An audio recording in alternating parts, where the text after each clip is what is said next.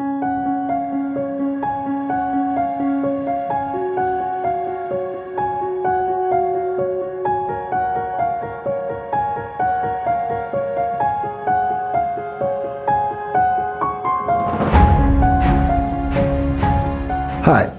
this is Mutlu Arat. I'm a hematologist and internal medicine specialist since 20 years, and my personal areas are stem cell transplantations and related coordination and the complications management.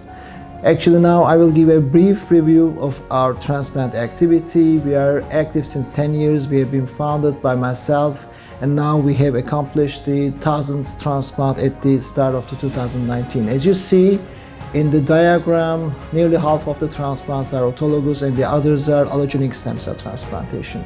If we focus on our yearly activity, you will see that between years we are transplanting on a rate of 120 to 140, and our transplant rates are evenly distributed for autologous and allogeneic transplants. And if you look at our indications for autologous stem cell transplantation, you will see the majorities are plasma cell disorders, myelomas, and amyloidosis, and then the refractory lymphomas and very small portion of acute leukemias. If you concentrate to our overall survival, you will see on day 30 to day 100, our transplant rate is nearly 100, in which is compatible with the EBMT European Activity Survey. If you look to our especially myeloma patients, you will see that our transplant rates and mortality rates are nearly similar and identical to EBMT, and we are only losing 5% of transplants at the end of the first year. And if you look to the lymphoma, these are the similar and identical with the EBMT data, and you will see that our 100 non-relapse mortality rate is around 2,000.25, and by our rates, you will see that are around 3%. If you look to the Hodgkin's lymphomas, they are similar to non-Hodgkin's lymphomas. And as you will see between the years 2014, 2015, and at the end of the 2018, these rates are nearly identical. We are transplanting in nearly at the same quality rate. If you look to the allogeneic transplants, you will see that the majority are acute leukemia patients with the 60% of the patients, and then refractory lymphomas and the other standard indications.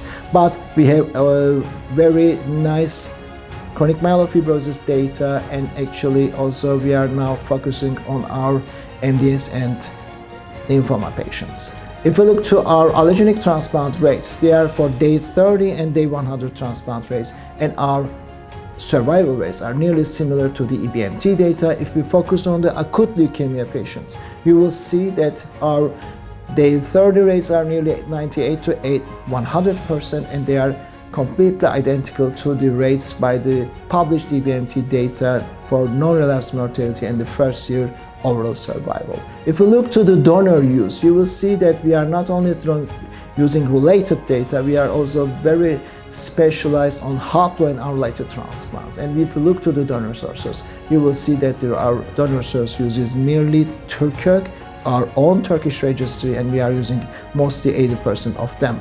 Finally, we are not only concentrating to performing the transplant, but for the quality, for follow-up, and the late and early complications follow-up, we are specialized for leukemias, both diagnosis, care, and transplant and post-transplant care.